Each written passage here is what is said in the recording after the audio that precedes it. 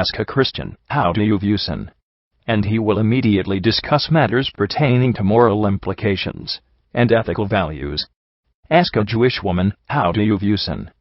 and she identifies quickly sin as being the actions that which you either do or don't do in relationship to the standards that are already established in the code of ethics, Torah. This very same word has two completely different meanings. At the end of the conversation, which will you decide?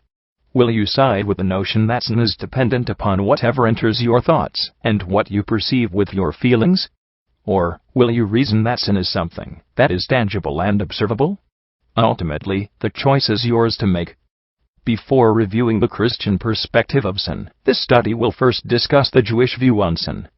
Among Jews, unlike Christians who believe that mankind is born with a sinful nature, Jews believe that individuals are responsible for their own actions, and that sinning occurs when someone does something wrong. Sin is not dependent upon what you think or what you feel. It is dependent upon what you do or don't do in accordance to that which is established in the code of ethics we call Torah. Tauber, a Jewish philosopher, research discovered that according to wisdom, sin is a harmful deed. According to prophecy, sin is death. Torah sees sin as folly, but Elohim sees it as an opportunity. How is it that Elohim sees sin as an opportunity?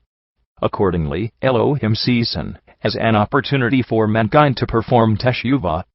Tauber said, to achieve teshuvah, we first have to experience the act of transgression as a negative thing.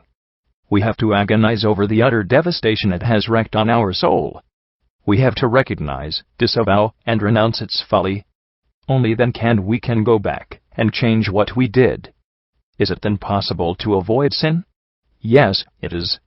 As a safeguard against sin, a Talmudic rabbi advised, know what is above the eye, that sees, an ear that listens, and a record of all my deeds. Gamaliel taught that the study of the Torah combined with some worldly occupation makes one forget to sin, but that the study of the Torah alone without some manual labor increases the tendency thereto. That is, sin is avoidable by bearing in mind that Elohim is everywhere observing our deeds. At least for us, sin is avoidable because it is written that a way is left open for both the sinner and the one who is willing to lead a pure life is helped. 1 Samuel chapter 2. Verse 9. Rabbi Johanan said that one who has passed most of his life without sin is sure to end it so, for he will keep the feet of the saints, says the tract Yoma 38b. Therefore, sin is not dependent upon a person's thoughts or feelings. Sin is defined by what a person does or doesn't do in relationship to the standards stipulated in Torah. The fact is that stumbling our way through life without Elohim's standards is sin by its own right, a condition we call lawlessness. After discussing the Jewish view on sin, this study will now discuss the Christian perspective on sin.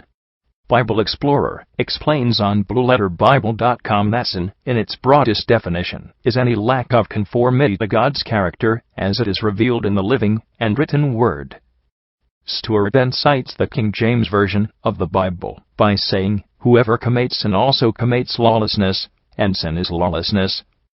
1 John, chapter 3, verse 4. Even though Stewart specifically cites scriptures that stipulates that sin is the condition in which a person lives life without the law, that is, lawlessness, he inadvertently made sin appear as something else other than what was quoted to that which is just as equatable to the condition of lawlessness, deviance to immoral values. Where, then, did this interpretation of sin being a deviance to moral values and nonconformity to God's character comes from? This perspective stems from church doctrine as established within the Roman Catholic Church, even though Stewart himself is an evangelical Christian. In fact, Stewart's belief is an abridged version of St. Augustine's definition, which includes the process wherewith the immoral value, though undefined, is enacted. According to Thomas Aquinas, a 13th-century Dominican theologian, he informs in Summa Theologica St. Augustine's instruction. For Augustine describes 3 stages of sin, of which the first is when the carnal sense offers a bait, which is the sin of thought. The second stage is reached when one is satisfied with the mere pleasure of thought, and the third stage when consent is given to the deed. What, then, does Augustine's doctrine allow? Augustine's doctrine allow for sin to be perceived as something that is both intangible and subjective to open interpretation. By making sin subjective to moral values As opposed to a set code, any given person is capable of claiming any act, feeling, or given thought to be deemed a sin. As a result, any given Christian can easily be snared into a biblical debate as to what's considered to be a sin and what is not, since the definition of sin is open to public discourse. After reviewing both the Jewish view and the Christian perspective of sin, you now have something to think about. Do you see the difference between the two? If not, you can think about the information we provided you with and research reliable resources on this topic of interest. Thank you for your interest in this study.